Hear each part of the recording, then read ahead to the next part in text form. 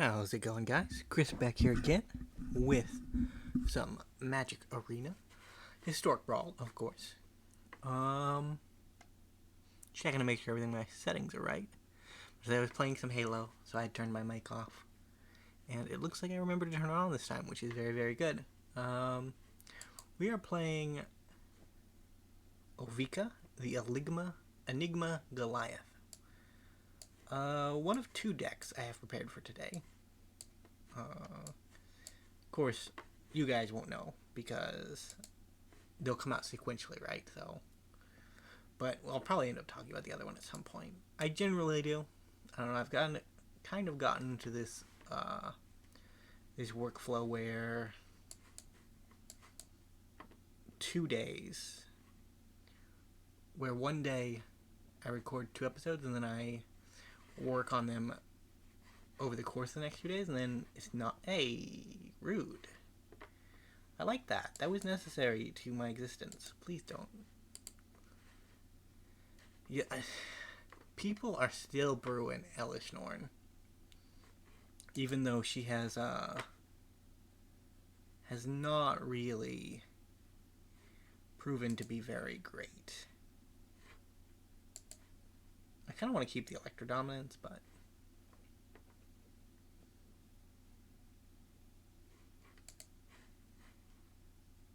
yeah.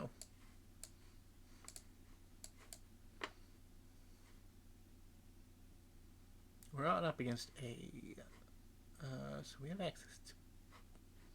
This is probably more useful for our deck. So we are working with a Ovika build.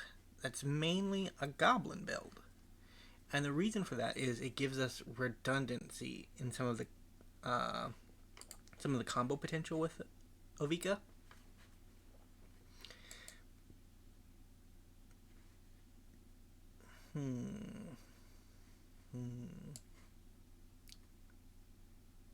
So I can do 4.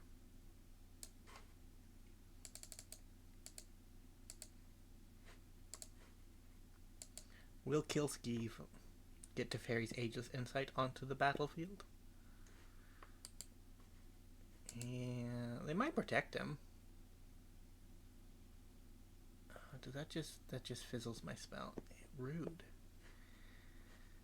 Yeah, so I've seen a good number of just Elish Norn builds.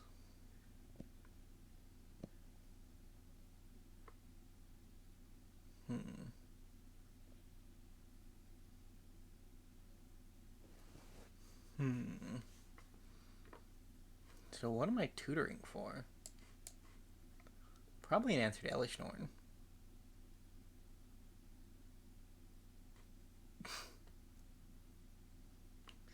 What that is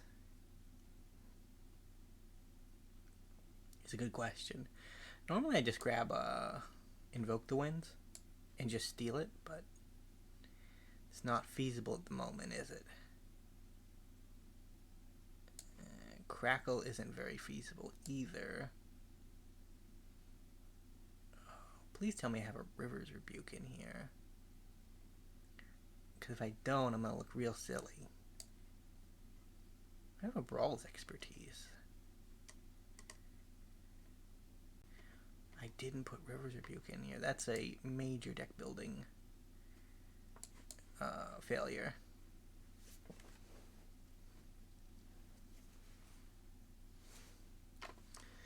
Yeah, and we'll pass with that, I guess.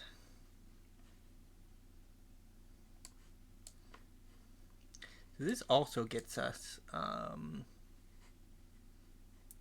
to cast our Ageless Insight, although we're probably... Yeah, it only goes up to 4, so Ageless Insight is the only option. Oh, that's bad. It doesn't matter, though, because we have the mana to cast it for 7, so...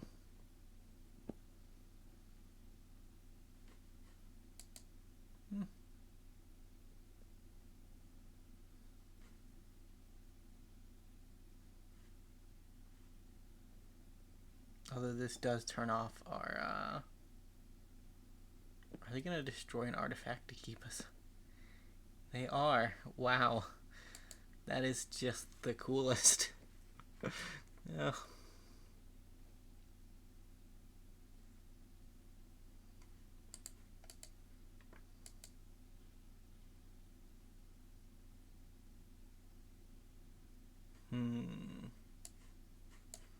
many do I have? 4?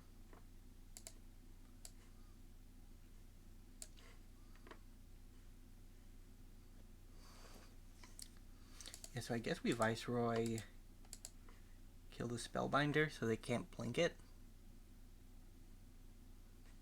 Or is the Might just gonna ruin our day? Yep.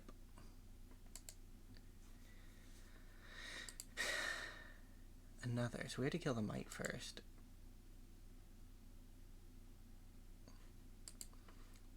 Screeve. Did not give you much credit, but you're actually kind of okay. You're a bad Mother of Runes, which is still, I guess, pretty decent. So, like, I've watched the lore videos that have come up since the release of Phyrexia Obi-Wan, and I still don't know what purpose Screeve serves. I should have went with Mind Stone. Blue. If I went with Mind Stone, I could have gotten Midnight Clock, but this is technically the same, right? We're just dead on board. 1, 2, 3, 4, 5, 6, 7, 8, 9, 10, 11. It's a big cat. It's a big cat. Man, if Regal Caracal was 5 mana, make 11 power.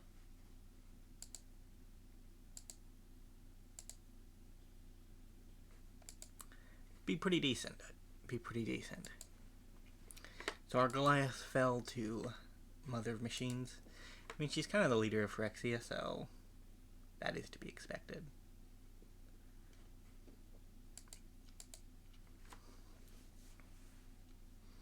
So the other new commander that we're going to be working with is Reanimator, which also does not match up very well against Elish Norn. Ooh, Urza. We're up against a lot of control-y decks, huh? I might free mull this because I don't have any ramp. This is fine. We have a counterspell for 2, or we could get a ramp for 2. I'm probably gonna just counterspell.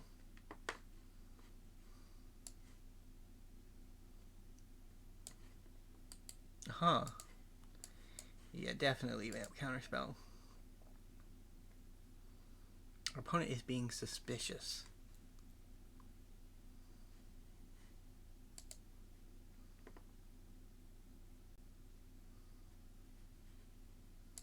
Yeah, we don't want them to have a creature.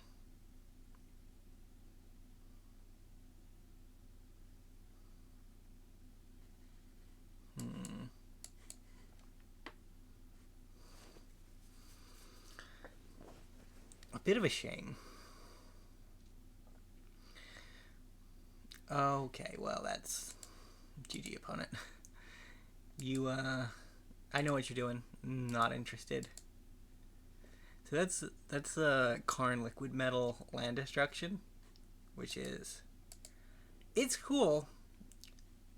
You're not going to play Magic against it. If you see that come down, 100% just give up.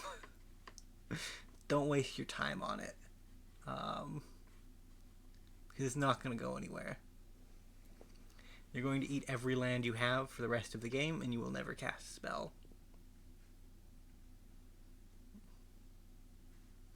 I, at some point, might build a deck around the concept, but I don't know when or if that'll actually happen. Goblin Electromancer. He's in the deck. He's a goblin. He also helps us cast our big spells. Our commander will make 1/1 Goblin Phyrexian creature tokens, which we're trying to get a Skirkbark Spectre on the battlefield so that we can essentially just cast infinite spells. Well, infinite until we run out of land, right? But the ideal is that you cycle through enough spells that your Electrodominance or your Banfire is lethal. So Screwcrofessor is the Goblin method of doing it. We also have the backup, which is just Ashnod's Altar.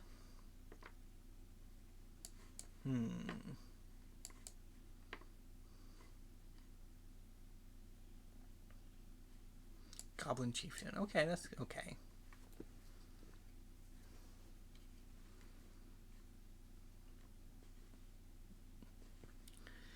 Looks like we're fighting Obnixilis zombies.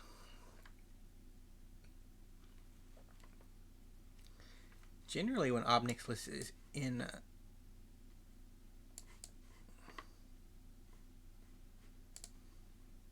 on the battlefield, it's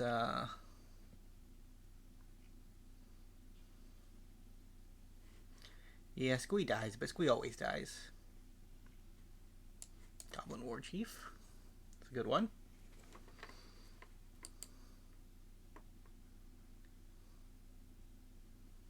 So this cost reduction actually, does that actually count as cast? Yeah, you may cast. Okay. I see you, Squee, Dubious Monarch. But dude, Squee would be like the king of the goblins, right? Like, he's a character that just cannot die. So the goblins would be like, there must be a reason why he is so powerful.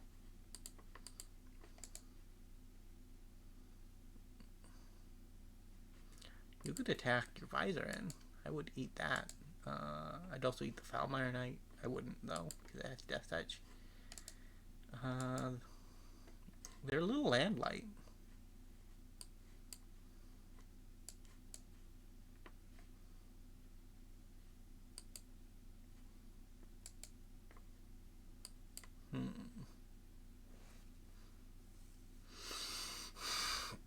The Mastery Cycle, I think, was a really cool ideal. But why did the red one have to be so bad? You know?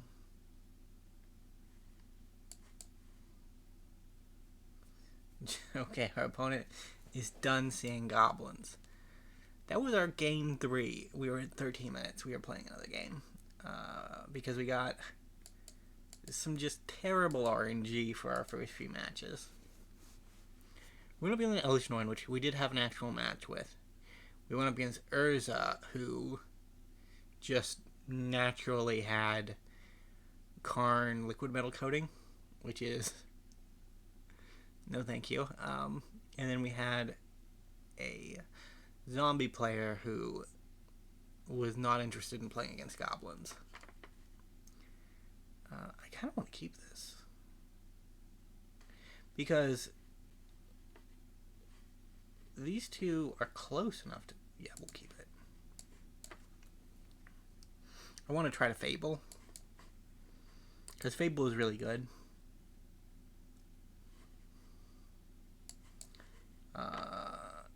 Emphasis on try, right?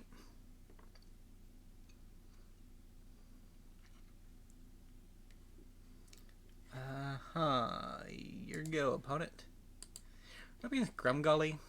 He's a fairly powerful commander, but I don't think of him when I think of insane commanders. So we might be able to get by with missing a land drop in the early game, but I'm kind of doubtful. No, not you. You. I kind of need to catch up, and you are one of the best catch-up cards ever made. An attacker, card advantage, or card sorting, I guess. And then just a really broken effect. We can get rid of formation and that because they're not really doing anything, and I'd like to have another land on the back of this. So I'm going to attack in. See if they're interested in losing Grumgully. They are.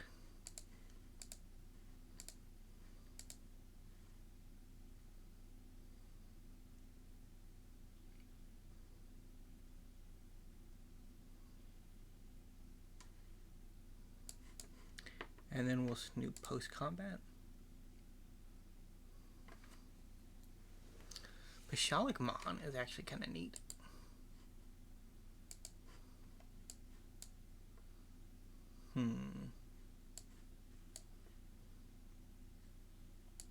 So we have our Banfire. We can actually Pashalik Mons and Squee. Cannot. Okay. And I guess that's it.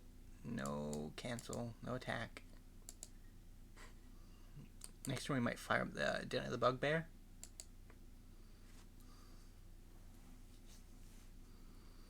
Grumgully is back and he's ready to attack.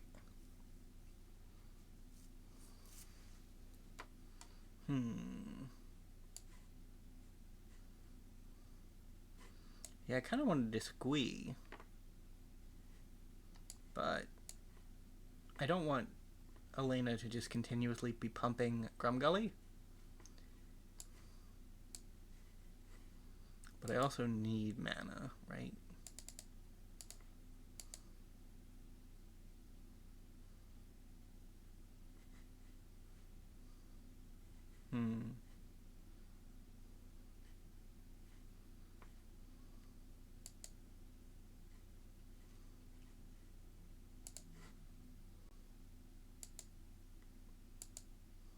Yeah, I guess I'll end her off here. This is not looking promising. We also exiled our Ashnod's altar, which means getting that juicy Banefire is going to be pretty impossible. Wow, and then just going to cast a spell for free. I knew I should have got rid of Elena. See the truth, that's not going to help.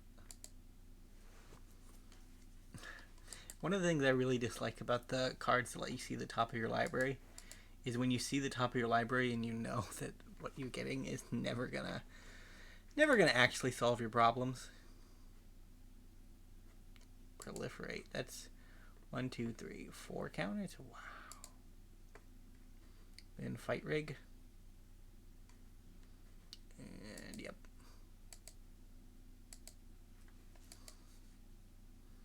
We could cast our commander next turn, but Goliath is already a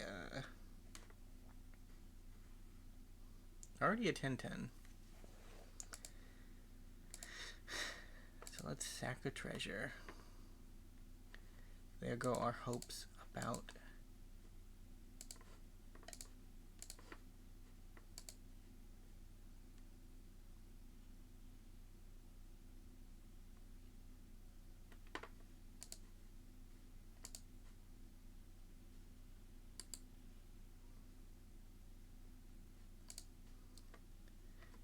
we got rid of one thing. And we still did not draw a land. For the love of God, please give us a land. And how much can I do? I can do 4.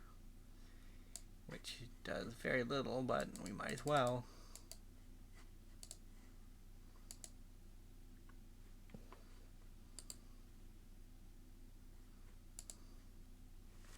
We have to make this game look convincing. Maybe this deck needs more ramp. We're running all the 2-mana rocks and things like that, but maybe we just need to cut the Counterspell package entirely and just ramp.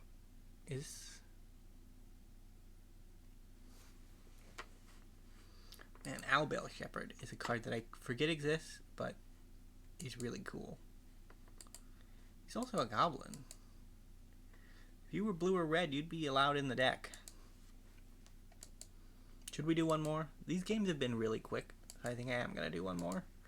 That means we're going to be up to a 5 match video, which tends to either mean it did really poorly or it did really well. And in this case, poorly, I guess, is the best, most accurate descriptor. But one more. Then I'll record the other thing for the day.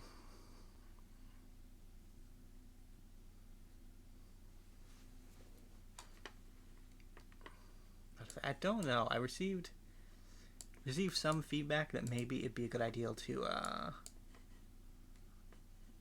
upload deck lists to like a site, so you could just click a link and export it from there. I'm kind of lazy. This is not looking great. Against Owl. That's an Ashnod's Altar.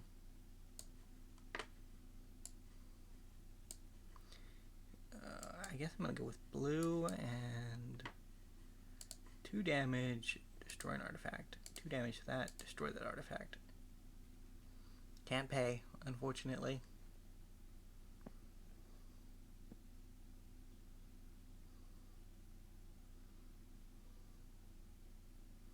But we cannot let an Ashnod's Altar exist in this world. That's a bit too much.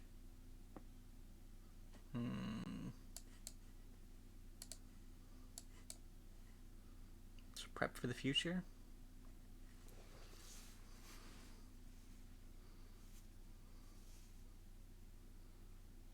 I don't know if there is a future, honestly. But we can only do 3, so Fairy Formation.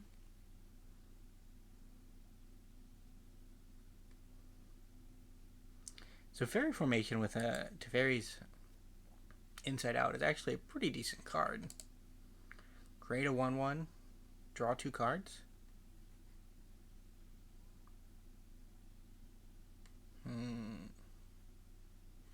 You enter tapped, so I'm gonna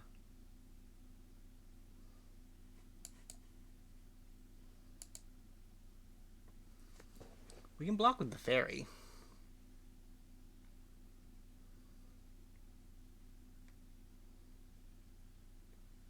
Man, they got rid of my Ageless Insight. Yeah, just drawing 1 card a turn is worth it.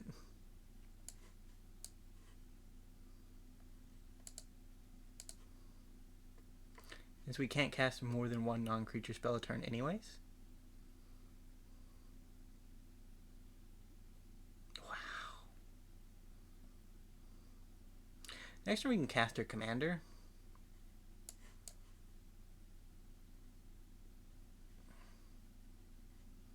Electrodominance. No, we keep that.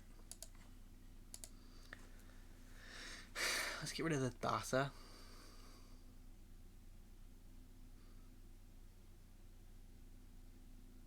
So the biggest thing we can cast is Electrodominance, but we won't be able to cast a non-creature spell with it.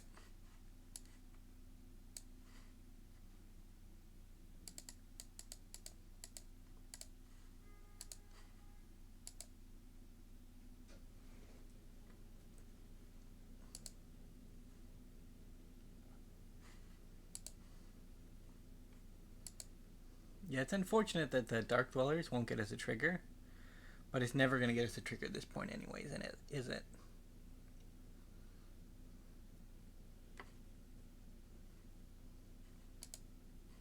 That would have been nice, but the rules say I can't do that. So this is the ideal of the deck. You play the commander, you cast a big spell, you sacrifice all of these to make your Electrodominance real big. I like it, it's a good plan, but there are definitely limitations involved. Oh, that's bad.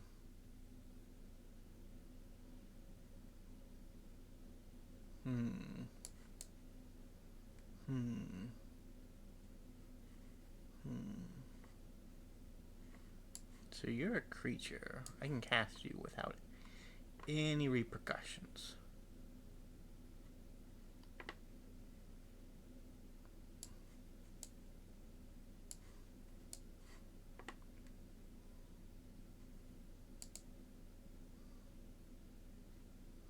Yeah, we just kind of have to try and kill him.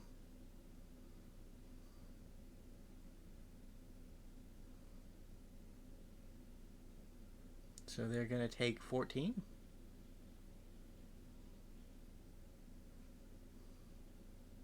GG, opponent. We got to see the commander do its thing.